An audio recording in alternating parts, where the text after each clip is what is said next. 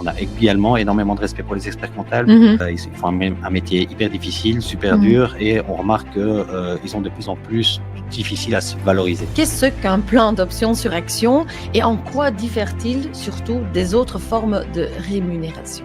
En gros résumé, c'est une solution qui permet à un dirigeant d'entreprise de percevoir des sommes d'argent de la société qu'il dirige à un taux d'imposition plus avantageux que le salaire ou que le dividende. Oui. Et donc c'est une rémunération alternative complémentaire. Il faut vraiment le prendre comme un bonus, donc une rémunération complémentaire à la rémunération classique. On a besoin des experts comptables de toute façon pour pouvoir mettre en place une telle solution auprès des entreprises, et donc c'était de manière très naturelle qu'on a lancé Call Plus en collaboration avec les experts comptables. Je connais bien le monde de la PME, je connais bien le monde des fiduciaires. On a créé Call Plus en 2021 et on a toujours eu le souhait avec mon associé de vouloir donner la possibilité au bureau de comptabilité de se valoriser. C'est une matière compliquée, c'est une matière complexe.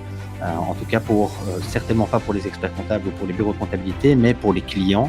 C'est une matière qui est complexe, où il y a beaucoup d'impact, et notre métier, c'est d'essayer justement d'essayer de le vulgariser et de le rendre le plus simple possible, et en tout cas de donner les armes aux experts comptables pour essayer de le rendre le plus simple possible. Mais alors, quels sont les avantages fiscaux possibles des options sur action pour les clients? Les avantages, c'est une question de pourcentage, et tout dépend toujours de contre quoi on va se battre.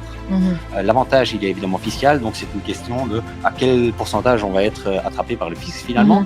Et c'est difficile de chiffrer parce que chaque situation va être différente. J'invite évidemment chaque comptable à faire des simulations personnalisées, on y reviendra également plus tard. Mais ça va toujours dépendre de la situation dans laquelle l'entreprise se trouve et surtout le but qui est voulu. On peut faire des options sur action, des plans d'options sur action pour différentes raisons.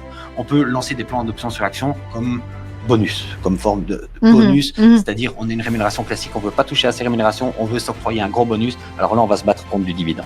Et on va se battre contre du dividende parce que c'est l'autre solution qui est rapide pour pouvoir sortir du cash de sa boîte. Et donc là, on va se battre contre un taux d'imposition qui va de 32 à 36% en fonction de la nature de la société. Ça peut être également, le plan d'option, il peut faire partie complètement de la politique de rémunération de l'entreprise. Donc plutôt que d'avoir 50 000 de rémunération, on peut très bien avoir 30 000 plus plan d'option. Donc là, on ne se bat pas contre du dividende, on se bat contre du salaire. Et quand on se bat contre du salaire, c'est très simple de se battre contre du salaire, puisque le taux d'imposition du salaire, comme Hassan l'a dit, le taux d'imposition du salaire est très élevé, surtout en Belgique, donc c'est très facile de battre le salaire.